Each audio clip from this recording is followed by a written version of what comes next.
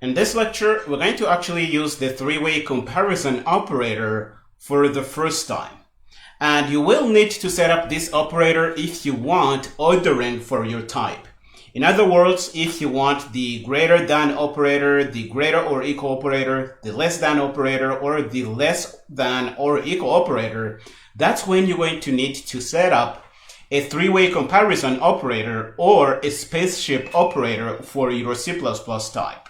So why do we need to do this? Well, in C++20, if you set up a spaceship operator, the compiler will use this operator to generate all these other operators that we are interested in. In other words, the spaceship operator will be used to set up the greater than operator, the greater than or equal operator, the less than operator, or the less than or equal operator. That's why we need the spaceship operator. And this is going to be really cool because we don't have to maintain all these operators. We just need to maintain the three-way comparison operator, which is one operator. So instead of 4 or 6 operators, we just need to maintain one, sometimes even 2 operators. And that's going to simplify the number of operators we need to keep track of and maintain for our C++ type.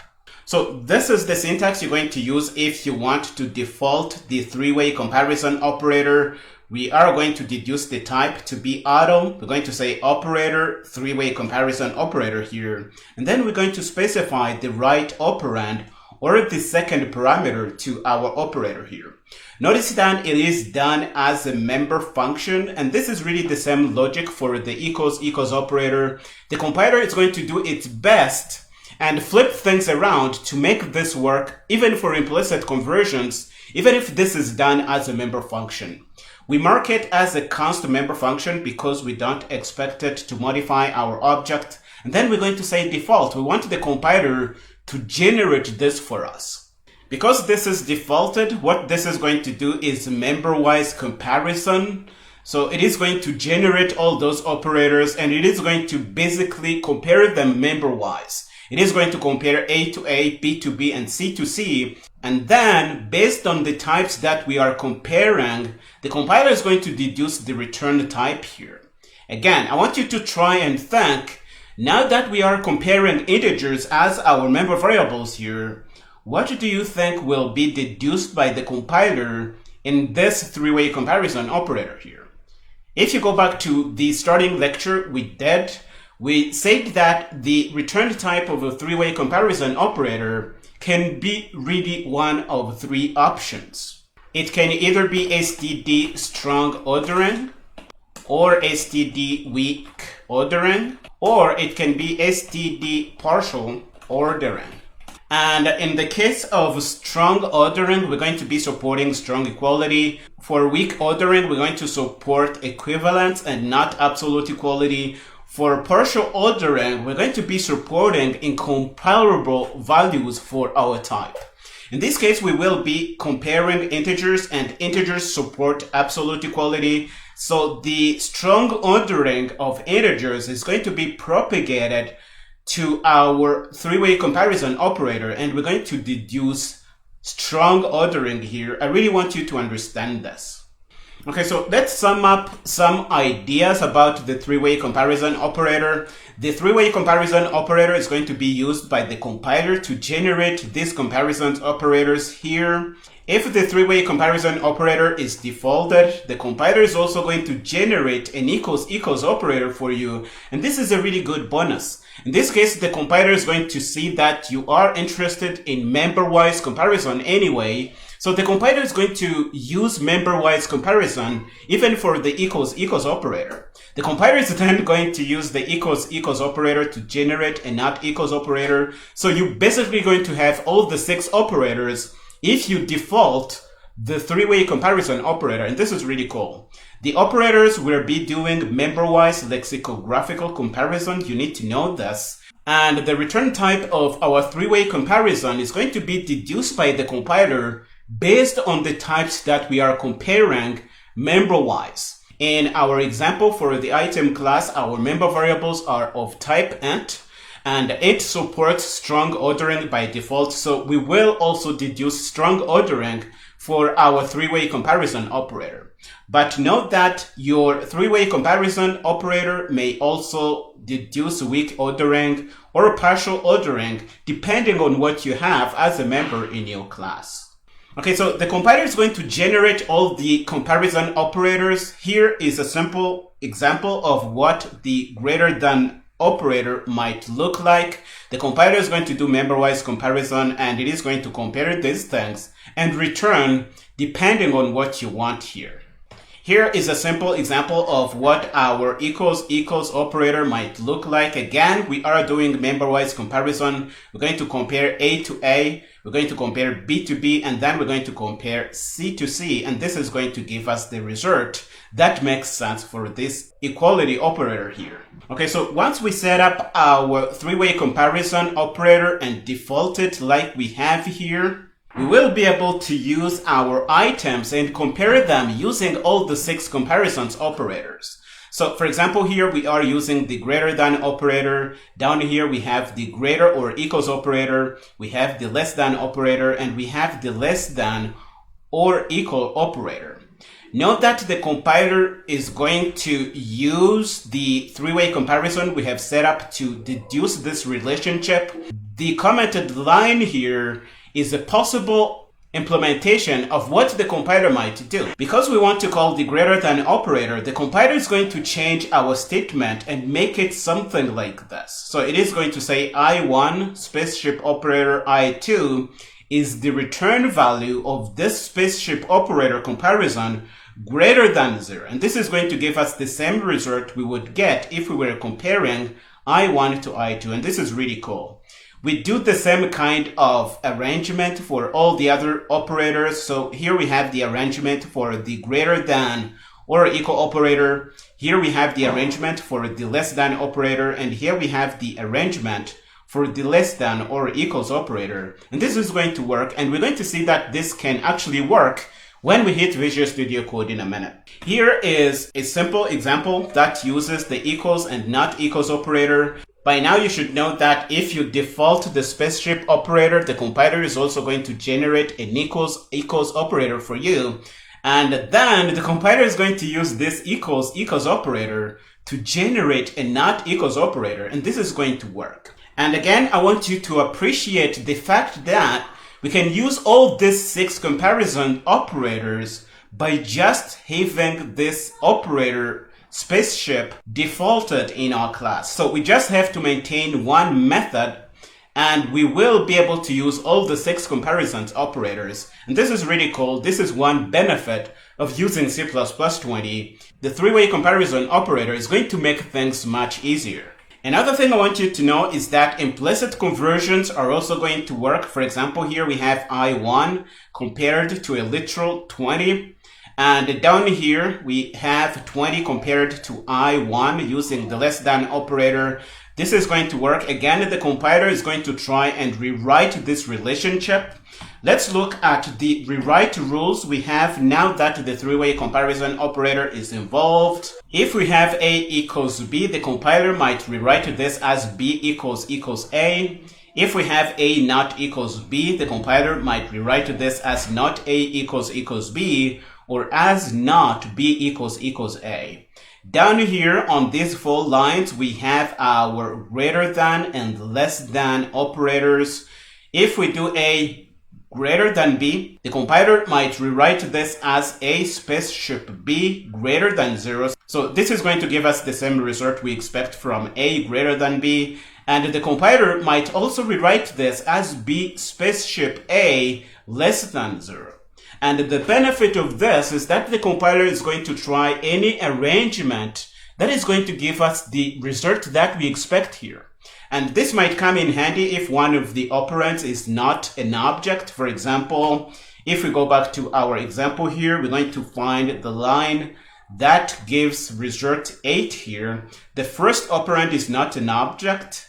So the compiler might rewrite this statement as I1, and it's going to say spaceship 20, and then it's going to say less than 0.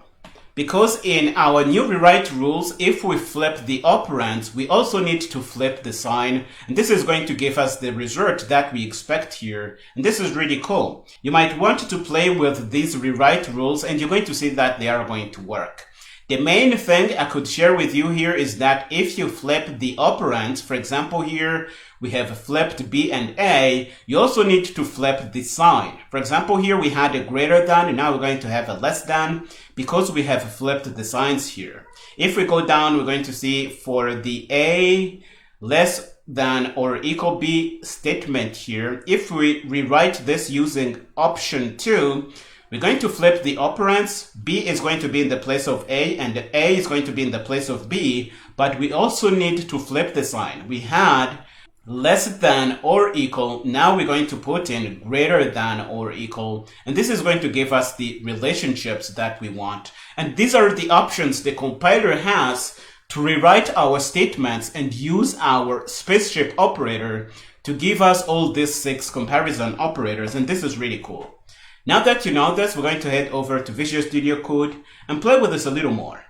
Okay, so here we are in our working folder. The current project is default ordering with spaceship. We're going to grab our template files and put them in place. And we are going to open this little guy in a Visual Studio Code by dragging and dropping here. This is going to give us our starter code. We're going to clean up because we don't want these things in here. And we are going to put in our item class. We're going to put this in the main CPP file because we don't want to complicate things here. We're just going to use this to set up a default 3-way comparison operator. Okay, so we have our member variables A, B, and C, which are of int type. We have in a bunch of constructors. We have a constructor that is defaulted, which is going to leave these guys as they are. We have a constructor which takes one int. This is going to allow implicit conversions. And we have a constructor that takes 3 parameters and uses them to initialize our member variables here. Another thing we have is the 3-way comparison operator or the spaceship operator. You can see that the return type is deduced by the compiler. We have the parameter here, which is going to act as our second operand to the operator here. And the first one is going to be the current object on which we are calling this operator here. The member function is marked as a const because it's not going to be modifying any member variables here. And it is defaulted.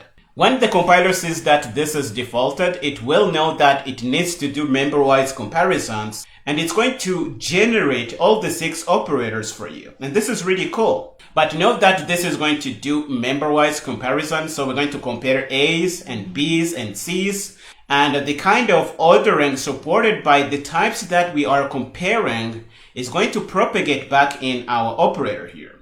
For example, we know that the int type supports strong ordering by default. So it supports absolute equality.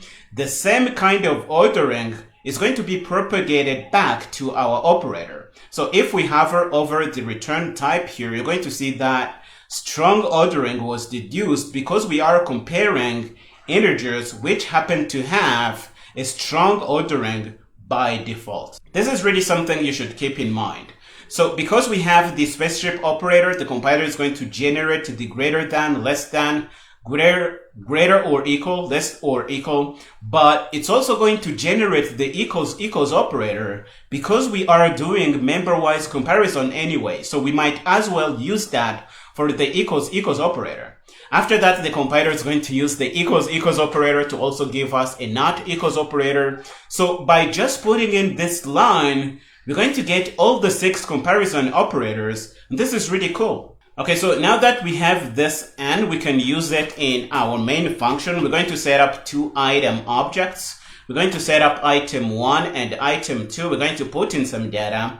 And then we're going to try and compare things using the 6 operators. We're going to use the greater than operator, the greater or equal operator. We're going to use the equals operator, the not equals operator, the less than operator, and the less than or equal operator. And you're going to see that they are going to work even if we only have one operator n, which is defaulted. And this is really, really cool. I can't tell you how this is going to make things simple in terms of the operators that you have to overload for your type. If you want to do logical comparison, that is.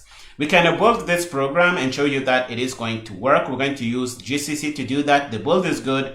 We can bring up a PowerShell window and try to run this. We're going to say rooster here, and we're going to see that I1 is greater than I2 because we have a 5 here. We are doing member-wise comparison. So for the first member variable, they are going to be equal. For the second member variable, they are going to be equal. And for the third member variable, we're going to see that the C is going to be greater than the C we have in I2. And we're going to deduce that I1 is greater than I2.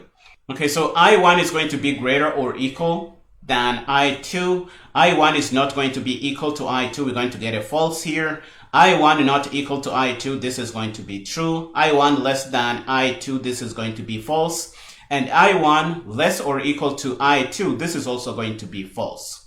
One thing I would want you to see is that the compiler is actually going to be using the spaceship operator behind the scenes. So if we have the syntax like this in our code, the compiler is actually going to use the spaceship operator and compare the result of the spaceship operator comparison to 0 and deduce the relationship that we have here. Okay, so what I am going to do, I am going to change my output statement to print the result directly. So let's put in result 1 here.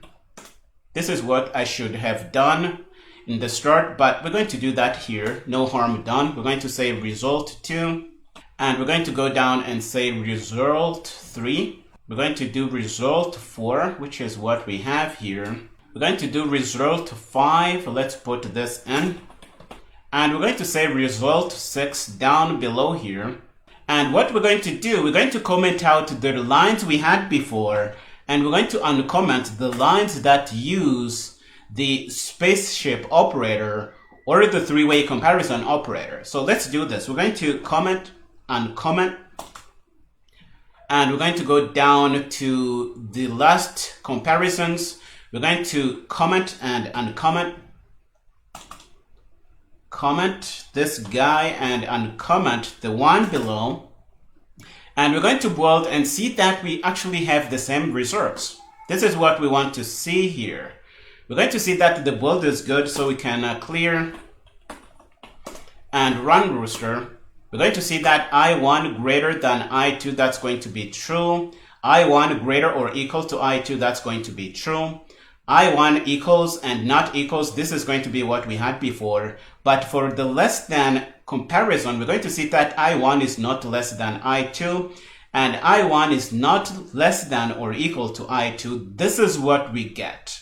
So again, the message here is that the compiler is going to see that we are trying to use these comparison operators, but it is going to use the spaceship operator behind the scenes and deduce the relationship we have here. The last thing I want you to see is that this is even going to support implicit conversions if you can convert to your type from a fundamental type. For example, here we have a constructor that builds an item from an integer. So if we happen to have code like this in our program, so what the compiler is going to do when it sees, for example, the statement on line 58 is rewrite this. So it is going to rewrite this to be I1 spaceship operator 20. That's what the compiler is going to rewrite, and it is going to see if this is greater than 0. Because we have flipped the operands, we also need to flip the sign. This is what the compiler is going to rewrite.